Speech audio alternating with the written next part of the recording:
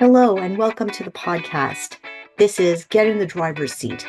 We're telling stories about leadership moments in professional practice. I'm your host, Sandra Beckor, practice management coach at Beckor Management. Today, we're talking about something different, creative hobbies, and the benefits they can potentially bring to lawyers and other professionals. And I'm excited to introduce Dunn Skinner, a pioneer in legal process improvement. After more than 20 years as a lawyer, she coaches legal professionals around the world to be as great at running their businesses as they are at practicing law. She's a global advisor to the International Institute of Legal Project Management, and she's being inducted into the College of Law Practice Management. Welcome, Karen. Thank you so much for having me. I feel like we've been talking about doing this particular podcast or something related to it for a long time. I think since that OBA conference back in Deerhurst, like a year and a half ago. So I'm really excited to be here. Yes, exactly. And I was also reflecting back on when we first started talking about this. So it was at that conference, and shortly after, we discovered that we're both watercolor artists, in addition to being consultants and coaches.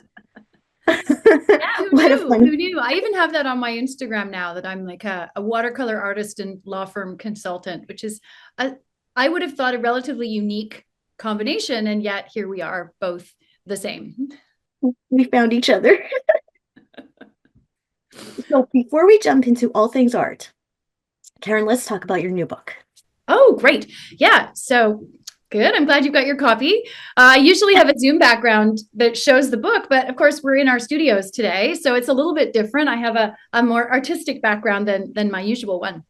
But yeah, oh gosh, about a year ago, my partner and I decided that, we had been talking about lawyers getting in their power zones and this whole idea of finding ways to do more of the work you're uniquely qualified to do, the work that you love, and the work that adds the most value to your firm. And we've been talking about this in the context of delegating because most of our clients, many of our clients, are small law firm owners or lawyers in smaller practice groups. And for them, they're doing all the things all the time. They're doing all the admin, they're doing all the billing, they're doing everything, and they're trying to practice law. And those admin things they might be good at, but they're not what we call the power zone. They're not where those lawyers are happiest, and they're not where they are really adding the most value to their firm. So we put the book together as a sort of step-by-step guide for people to walk them through how to identify why you want to make changes in your practice, because your why is really what drives you. That's how the book starts. Why do you want to change the way your practice works? And then how do you identify your power zone? And there are exercises around that. And also thinking about what other things you want to do in your life, because the practice of law can be a real grind for a lot of people. And what we wanted people to think about is, what would they do? What would they focus on? What would they have time for if they didn't have to do all that grinding work? And the book talks about how to do that and how to choose what you want to work on, how to delegate the rest effectively, and then how to streamline what you do. And we're excited. The book's done really well. People love it. It's got some great reviews. So yeah, it's been a really fun project. Well, you're sort of leading the way by your life. Like you actually live this stuff. We do. And we were really intentional in the way that we designed our business. We know exactly who we want to work for. I mean, both of us have this big sticky note in our office. And just so that everyone is totally clear, my business partner is also my life partner. I've been married to David for 33 years. So a long time that we've been together, and we've been doing this business together for about 12. And we have this sticky in our office, this big sticky note that says, "We've never met an unhappy ex-lawyer." And that's just so sad. Both of us practiced law for a long time, and we met so many people who were just miserable. And we don't want lawyers to be miserable. We want them to be doing work that they love. And so many of them say, I love my clients, I love my practice, but my practice is breaking me. And we decided there just had to be a different way to do that. And we looked at how we'd set up our own life, which is, we've built this business. We're working with the people we most like to work with, our ideal clients. And we have time. We have gotten ourselves out of the grind. And it took a while. When anybody starts their own business, you do, a lot of bootstrapping. You do a lot of the work, the grinding work. And we see our lawyer clients doing it all the time. And as business owners, we were too. And we thought, this is not how we want our lives to be. We didn't start the business to be chained to our desks. We really want the life we want. And now we built a practice that allows us to do the work we love the most. So we are in our power zones as much as we possibly can be. And we delegate everything else. We have assistants, we have automated systems. And all of that gives us time to do the things that are important to us. So for me, it's my art and it's things that I do with our family.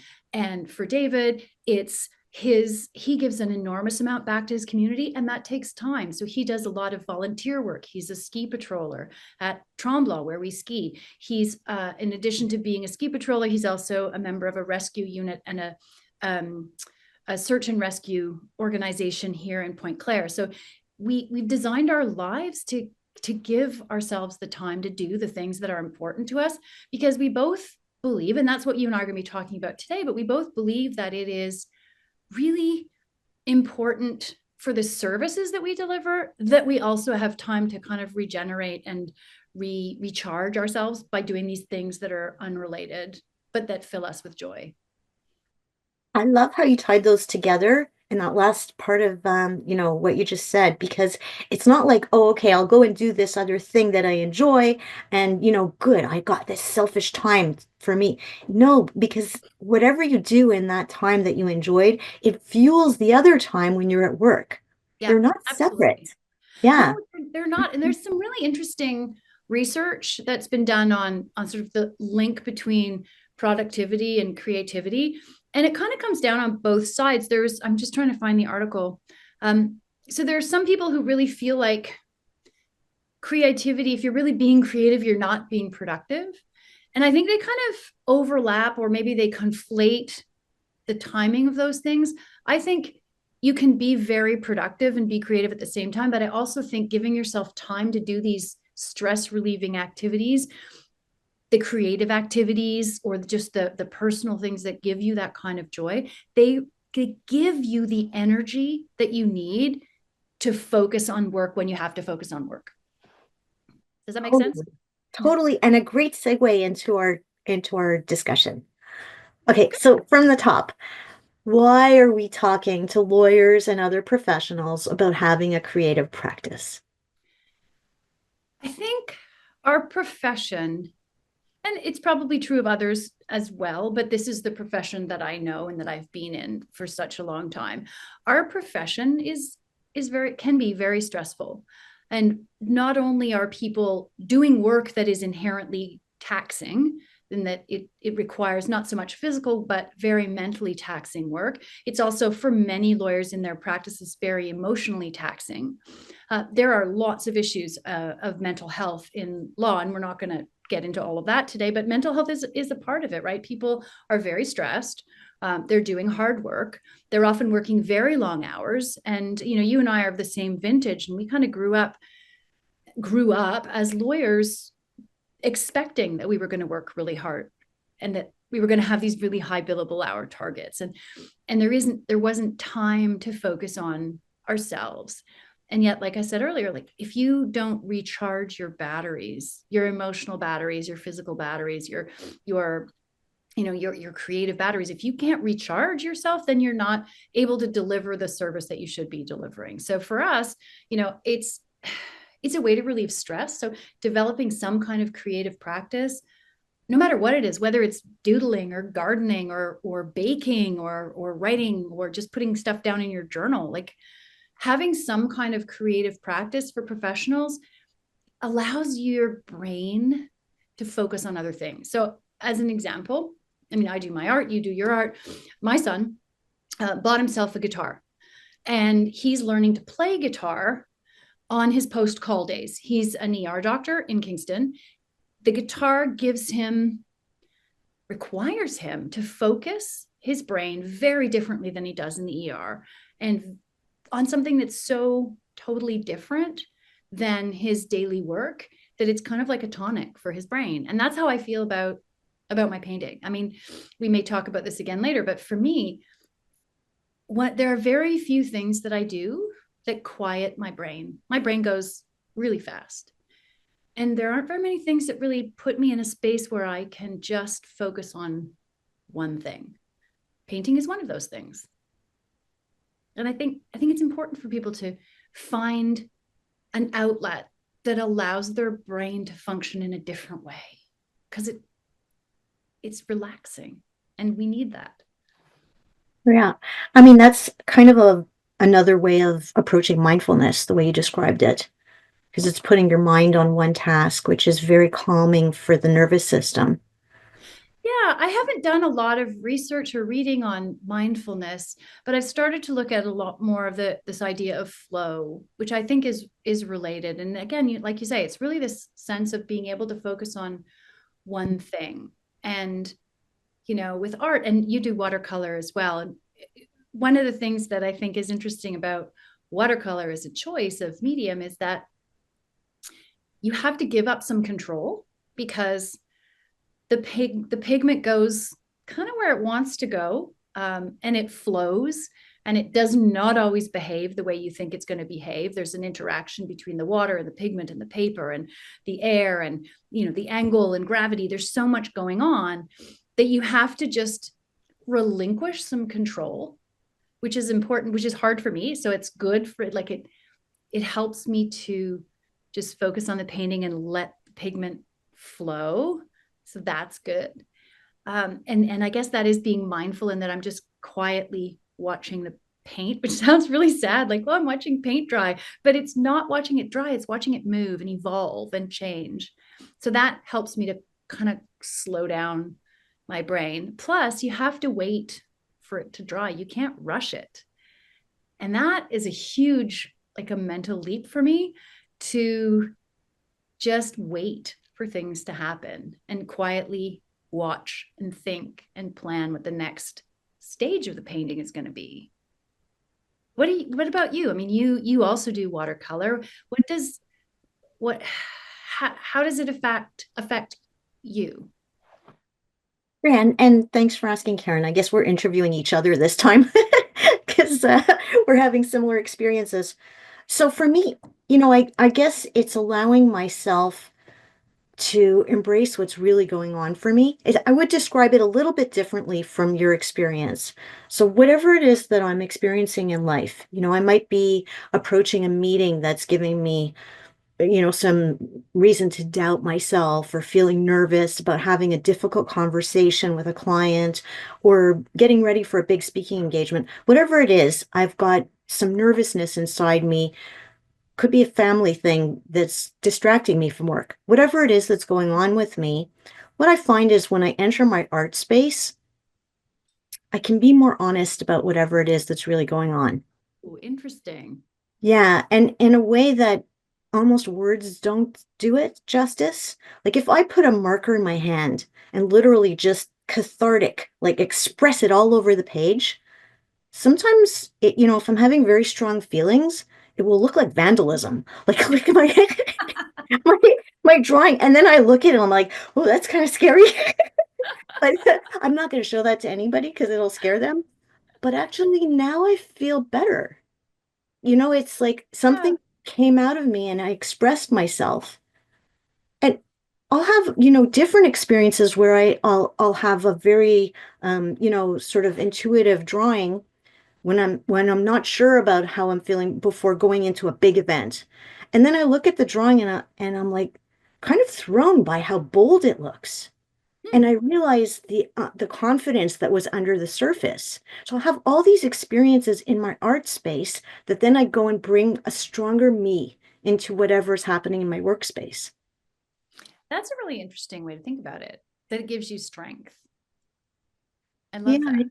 and self-acceptance, and the ability, I mean, everything that you said I find relatable as well, right? Yeah. Just stopping that racing mind, just Yeah. and allow it to go into a different space, which is honestly where you find your answers. So if you think about lawyers and other Exactly. professionals, like why are we talking about this? If you're struggling with what's the best answer for my client's problem, how do I approach this thing in court? How do I talk to my employee about this thing I'm not happy with? If you just keep focusing on that question, at some point you're going to just run into a wall. and you're Yeah. just going to stress yourself out and you won't sleep at night and you're not going to do a great job with that answer. Yeah. But if you It's have funny when I was reading, oh, sorry, go ahead.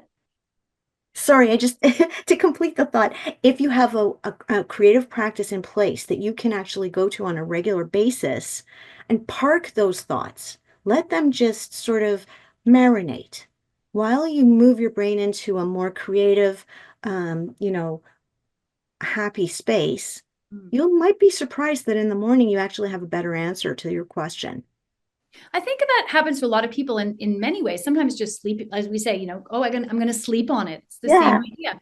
But what's interesting about creativity is that it engages multiple areas of your brain in a way that just ruminating on a single question or sitting in front of your computer doesn't do. And it also engages the prefrontal cortex, which is something that really is, it's a part of your brain that's involved in kind of analyzing and thinking through complex issues and problem solving. So, and that's surprisingly, this part of your brain, from what everything that I've read about creativity, is actually most active when you're at rest, which is why you solve problems overnight when you sleep on it, but also, when you're daydreaming and when you're engaging in some sort of creative pursuits. So you actually put your brain in a position where it's more capable of coming up with new ideas, of coming up with innovative solutions to the problems. And I think that's something it's really important to keep in mind. It also increases the dopamine that we have, which feels good, and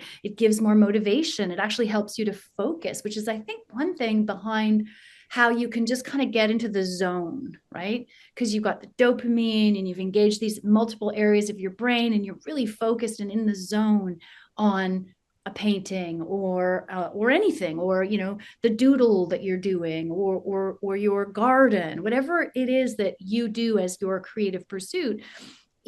Engaging in it allows you to focus in a different, very different way than you might otherwise focus at work. And I think that's why it's important for people to think about creativity. But I don't know about your experience, but when I talk to people about, oh, I've started painting, or oh, I'm going to paint this afternoon, almost invariably adults will say, oh, I can't do anything creative. I don't Yes, have and any talent. yes. I'm so glad you brought that up, Karen. Okay, sorry, go on. I was just gonna say, and I think that's so wrong, because first of all, you can learn anything, and what you consider to be art, like somebody might look at my trees. I paint a lot of trees. They might look at them and go, "Oh my God, they're horrible," and that's okay, because I'm not painting them for other people. And also, like, we we tell children that their art is amazing, right? And everybody sticks their kids' stuff up on the fridge or sends the art off to the aunt or the uncle or whatever. And we all tell the kids they're great. And then they get to a certain age, and then somehow everybody internalizes that their art is crap.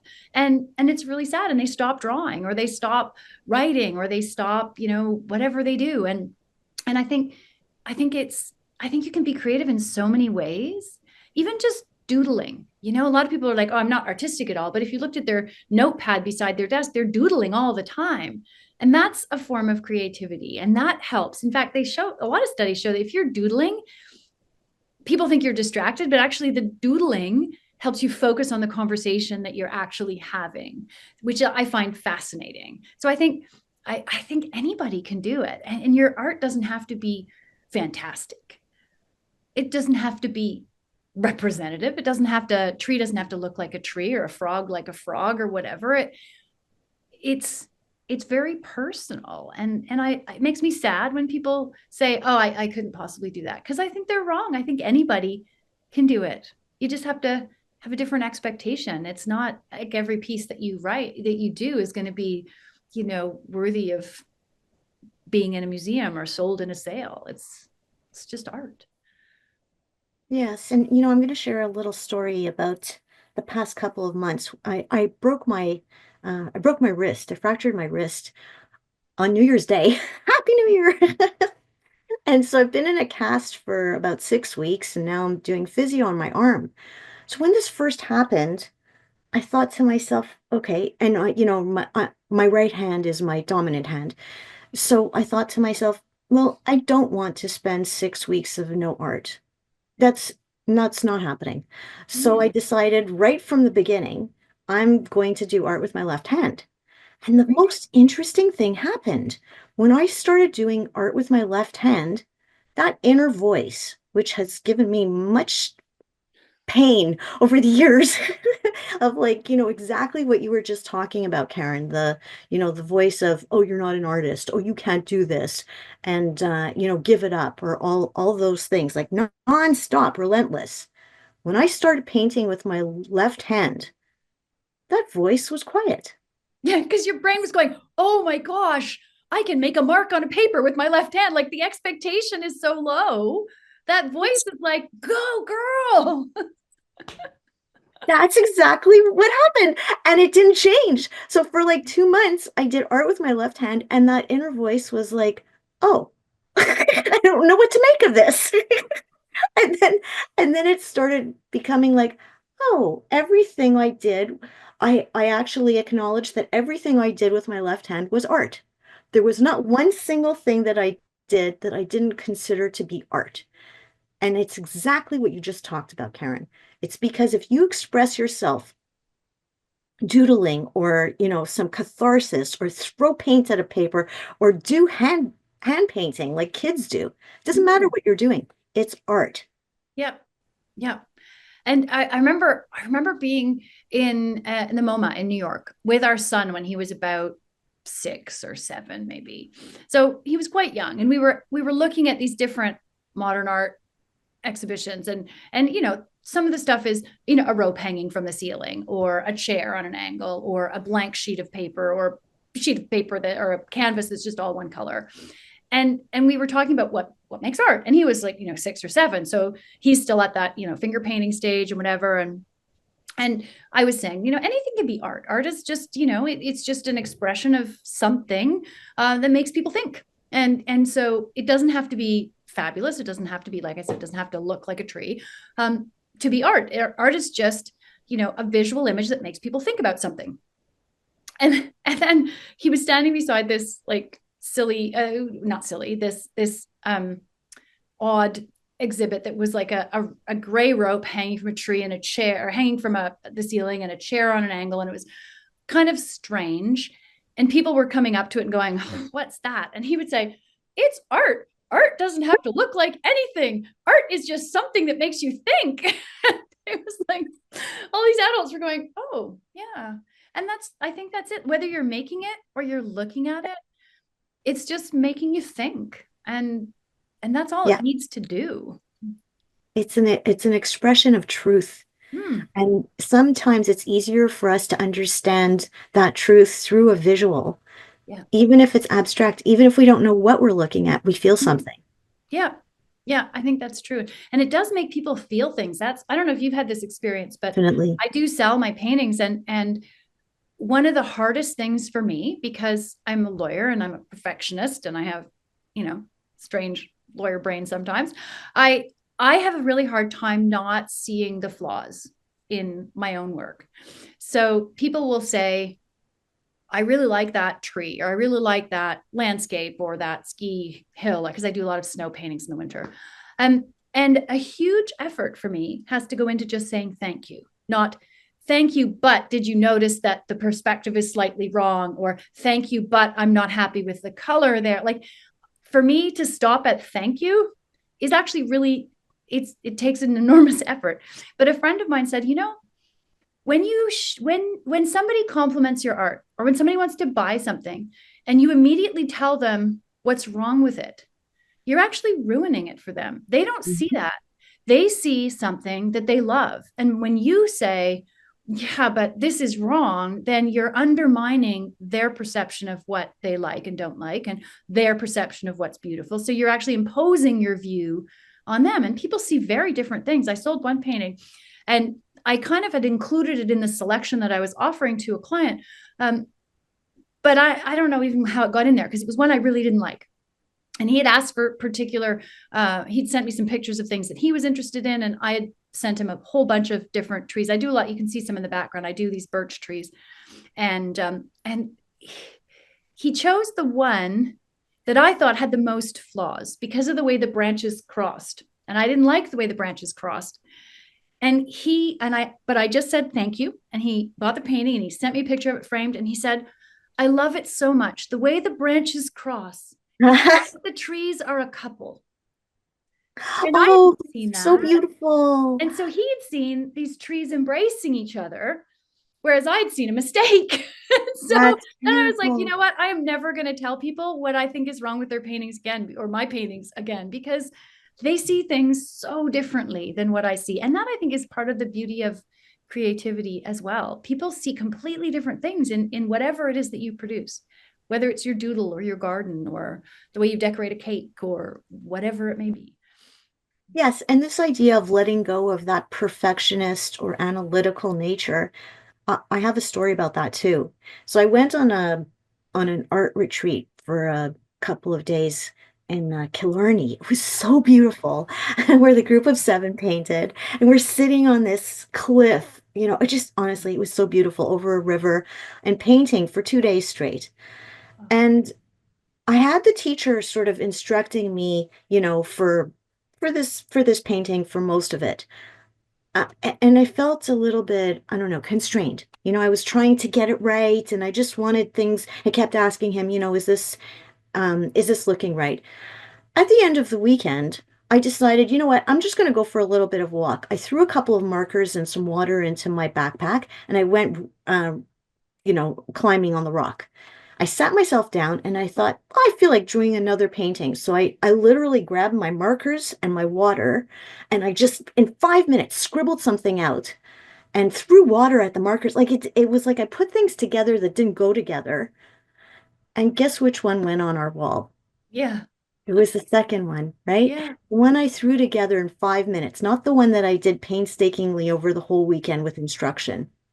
Yeah, because that was you. That was Yeah, you on the paper. And I think that's what I think is so interesting about having a creative practice is, and mine has really evolved over time. I'm looking behind the screen right now because I have a few different things up on the wall, and I used to do more like botanical watercolors, so very precise, like irises or flowers, like really, really precise, which I can get into. Like it will suck me into that same kind of flow, but it doesn't give me as much joy anymore to paint like that because I feel like that was stuff that I did in a class with instruction, and there's not as much of me in the paper or on the paper. And I can completely see the freedom of saying, okay, I've internalized all the things this painter told me. I've internalized things that instructor told you. You've internalized it. But then you take the Sandra approach and you do the Sandra version. And the Sandra version is you. That's where your emotion is. That's where your yeah, passion is. And that is so powerful to be able to kind of let go completely and just do your own thing. And you're still like you learned a ton probably listening to right. all that instruction from that teacher, but you put it on the paper in your own way. Yeah. And that's the energy. That's where the exciting energy comes alive. Yeah. And it's a very interesting experience to realize I can look at that painting and find technical problems with it, and it doesn't matter. It's still stronger. Yeah. Yeah. I have one like that on my wallet, and it's not even watercolor. It's an ink, a watercolor ink that I put on and then I would pour and move. And that painting is probably one of my favorite paintings. It's one did a couple of years ago. And it's of the Outer Banks, but it's not, technically correct. It's not precise. You wouldn't even necessarily know what it was. But to me, that's like, oh, that just speaks to me. And again, it was because there was energy and I was there, and Yeah. it takes me right back. And there aren't that many things that do that, I think, for me. And I think it's probably true for most people. There aren't that many things that we do that really give us an escape. Well, and so the thing is that we bring ourselves to everything that we do. If I have this experience where I learned through doing these two paintings that doing the perfect version isn't better. Doing the Mhm. me version is actually a stronger and resonates better with other people, not just with me. I now take that me that learned that back into the workspace. Mhm. And now I'm not as focused on being perfect. I'm more focused on being stronger Yeah. authentically. And expressing you, like, Yes. and I think I mean, when what we do as lawyers is help clients achieve a transformation of some sort, whether they're going from, being, in a trapped in an unhappy relationship to, having a fresh start as a transformation. When they want to go from being a business owner to, someone who sold their business or retired, or there's what doesn't matter what you do. It's always we're providing transformations for our clients. And I think if we can bring to that this idea that, their transformation doesn't have to be perfect. Their transformation doesn't have to be, absolutely precise every time. That what we're helping them do is get to that transformation. Um, and, and you can actually achieve it in a lot of different ways. It doesn't have to follow this same precise path to achieve the transformation that is really what we are delivering to our clients. Oh, I love how you tied that back to a practical reality of lawyers. So, okay, another practical reality here, because some people who are watching this may think, okay, well, that's well and good, but I'm busy. I can't fit this in. Mm. So let's talk about how both of us, with our busy lives, fit this in. So I think just like everything, I think there's a season for things. And so sometimes I have more time, and my ability to dedicate time to painting kind of ebbs and flows right now because of the season that I'm in with work and travel. And in the winter, we do go back and forth between this house in town and a small condo up at Tremblant where David ski patrols. We're going back and forth. So one of the things that I've learned to do is just give myself the space to do that. So I would love to say I'll paint every single day, and I don't. I paint a lot more on the weekends now. My big easel, which you can't really see, but it's here. I can't schlep that back and forth. So that lives here, and it has a painting on it that I will get to the next time I'm home long enough to do that. But I think you just have to be practical about it. I have a little sketchbook. I have a little portable that I can take around with me, and I do go back and forth. I take art with me, or I take the tools with me most places. But I've learned not to beat myself up about it. If there are days when I just can't get to it, I can't. I do and I don't know if you've ever done this, but once a year or so, I try to give myself a bit of a challenge. And last year I challenged myself to paint or draw something, didn't matter for how long, but something every day for 100 days. And I posted pictures, and I sometimes got a whole painting done. Sometimes I got, one single layer of paint on something, but I just tried to put some paint on paper every time I walked by where I was set up. At that point, I didn't have a studio. I was in my dining room. And that was great. I learned an enormous amount. I progressed rapidly. And I'll probably do the same again this year, but right, I have to wait for the right season to even begin, because I'm just moving around a fair bit, and it can be challenging. So I think it's important to me. So I'm definitely schedule time for it. But I can't schedule time every day. And I've just decided that's okay. I used to feel bad about that, but I've decided it's okay. And so when I have longer periods of time, I take them and I paint. Yeah. What, So sorry. Yeah, what for about me, you? what I've learned is that I don't need a big block of time. I mean, if I have a big block of time to do art and I'm in the mood to do art, sometimes that's exactly Mhm. what I need. But most of the time, having just a little bit of time is actually exactly what I need. So if Yeah. if, if I think, oh, I only have half an hour and then I have to make dinner or whatever it is, but actually that half an hour might be exactly enough to start a painting or to add another layer the way you described it. And the truth is, I actually enjoy, as an artist, I enjoy having multiple paintings going at the same time. Mhm. So I'll have three or four, and it helps me to not go too far with one painting before I'm ready to decide what the next thing is. Mhm. So if I only have half an hour, okay, I'll maybe do 5 minutes on that one, 10 minutes on that one, and just, maybe get myself set up for the next thing. Yeah. Yeah.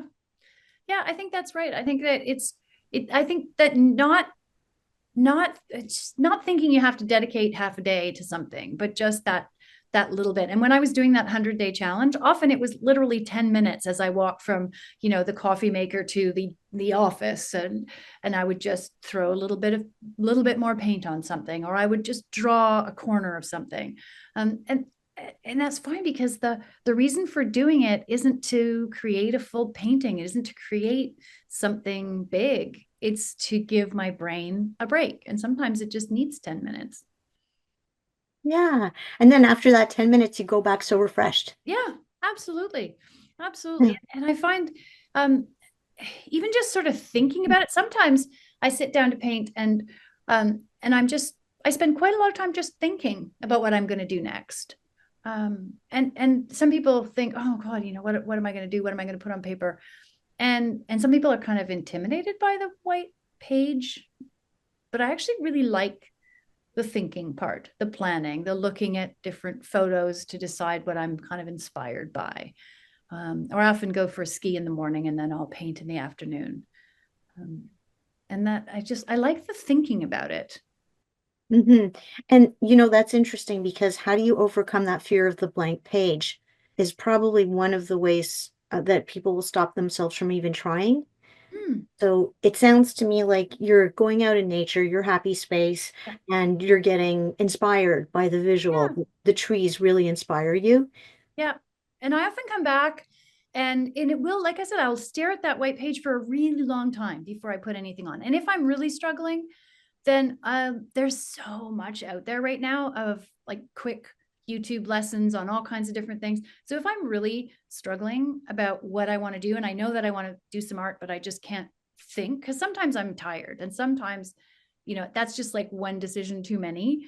I'll just turn on a video and paint along with the instructor because then I don't have to make any decisions. I don't even have to pick the colors. I just, follow along, do what they do. And that's often enough to get me past that kind of block. But again, because I enjoy the thinking about it, I don't often, I'm not so intimidated maybe by the white pages because just thinking about what I'm going to do is also fun and relaxing for me.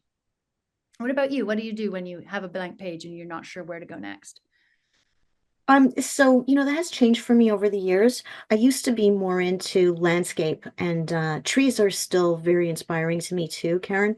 But I'm more moving into abstract and intuitive art. So, and I guess what I do changes over time. So I go through phases. At one point, I was learning all about mandalas. So that's Oh, cool. concentric circles where you're drawing, and mandalas can be very structured. So you're literally using a compass and drawing it that way, or they can be very free. And then I learned all about collage. So I go into a collage period. And then I went into Zentangles. And Zentangles are Mm-hmm. basically, doing a freehand little doodle Mm-hmm. and then filling the doodle with little patterns, which you learn about. Mm-hmm. I did, I followed a book and I did a Zentangle a day. I don't remember for how many days, but it's like that challenge that you were talking Yeah. about, you gave yourself. And each time I did learn something new, it just filled me with inspiration that I would go off and use in some other way. And then I Yeah. started combining all these things. So looking at the blank page can be stressful for me. I do actually feel that creative block. But then when I turn towards something new or even a new supply, like my sister sent me these markers that are watercolor based. So I Mm-hmm. start writing with the marker and then I throw water at it. Oh, Mm-hmm. this is a whole new way of using watercolors.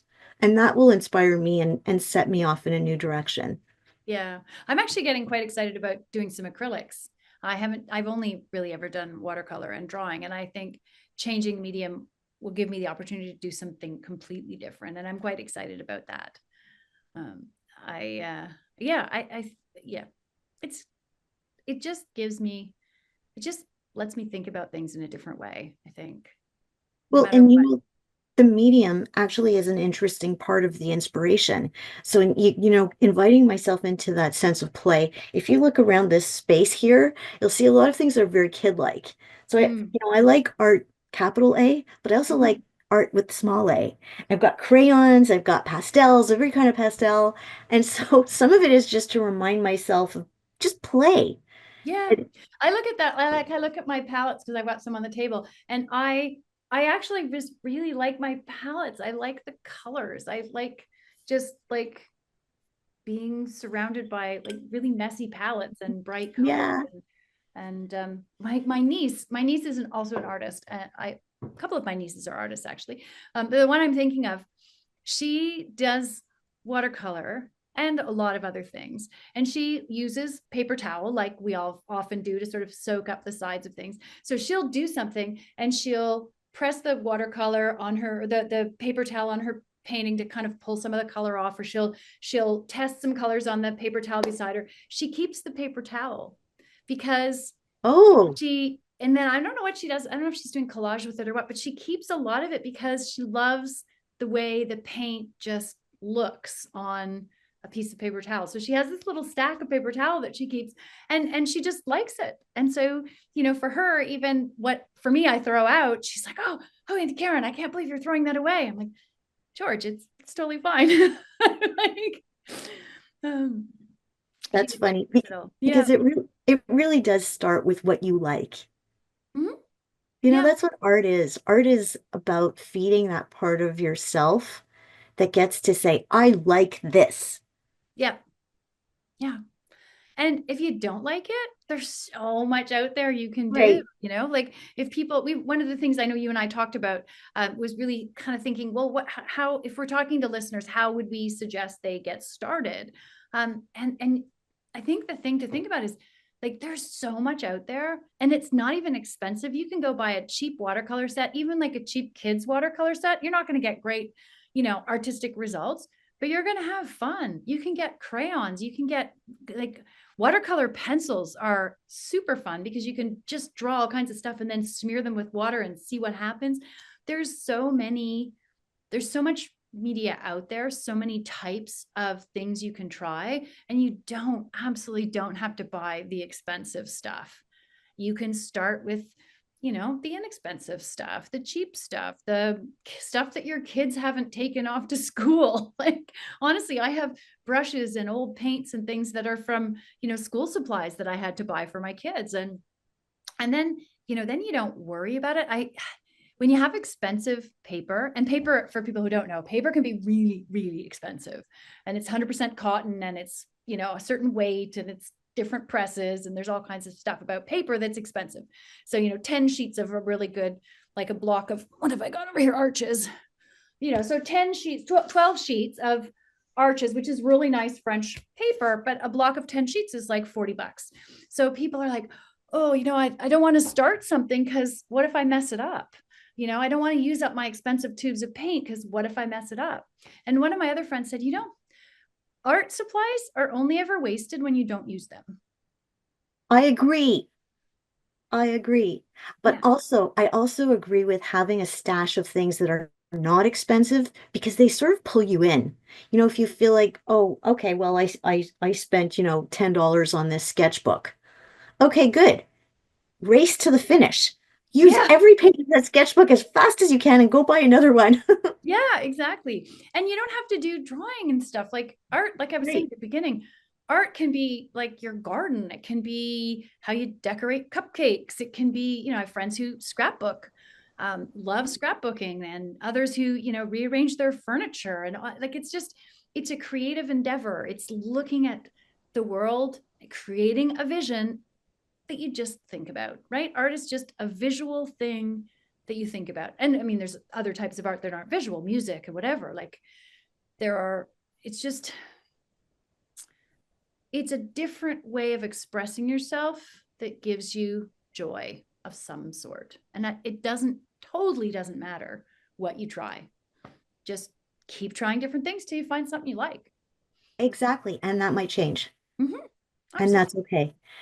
And I guess I feel like the biggest experience for me is when I allow for art to be in my life, I feel more whole. I can see that. I can completely see that. Yeah, it gives me, I haven't thought about it in terms of feeling whole personally, but it does fill a space. So maybe it's the same thing. For me, I feel like it's filling a space, which is Yeah, like just the way my brain thinks about, I think what's probably the same thing for you if you feel whole. because without it, I feel unbalanced. Yeah, I feel like, yeah, I became kind of addicted to it. I think that's part of it. I just really enjoy it. And when I was doing those 100 days, Yeah. it's like, it became like every day, okay, I've got to find time. I said I was going to do something today and I'm going to do it. And it made me just know, like, just fit it into a little snippet of my day, and does become addictive in a In a good good, way. in a good way. Yeah, totally. Yeah. So we've covered a lot of ground, Karen. Such a fun conversation. Is there anything else that you want to add? No, I don't think so. I think that, I mean, the ending on this idea of it doesn't matter what you do, just try, grab Mhm. the cheap stuff, grab your kids' school supplies, and just, you don't have to share it. That's the other thing too, is that it's personal. I made a decision to start putting some of my pictures on Instagram, and I sell them now. And but then there are weeks and weeks that go by that I don't do that, because it's just what I've created is personal, or I just don't feel like sharing it. So art is just, it can be just a completely personal endeavor. And if you're worried about being judged, then it can be always a personal endeavor. I don't think people should worry about being judged, but if they are, you don't have to share it. Like, it still gives you all of the benefits of this extra creativity and recharging your brain and experimenting and trying new things. You never have to share it. I love that you brought that up, Karen. So that inner critic that I've experienced over the years really sort of speaks loudly in my head if I am planning to share my art. Mm. And right now, it's actually come down. That voice inside my head has come down. It shrank a lot. And so now, if I feel like I'm going to share my art, I'm very intentional about it.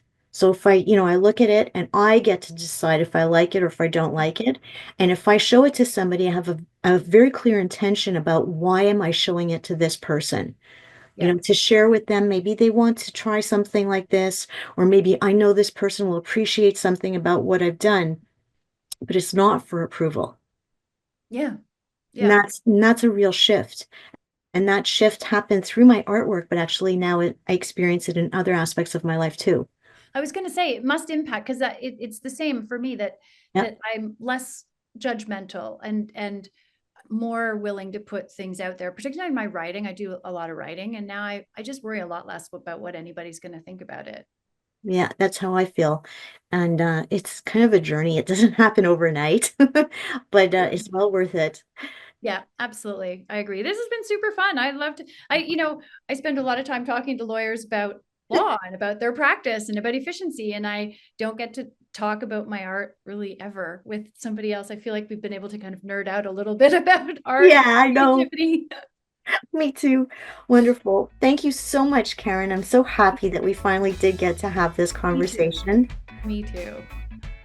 And to our listeners, if you are interested in learning more about Karen Dunn Skinner, please go to leanlegal.academy. You've been listening to Get in the Driver's Seat, stories about leadership moments in professional practice. I'm your host, Sandra Beckor, practice management coach at Beckor Management. Take care, everybody. Bye-bye. Thank you.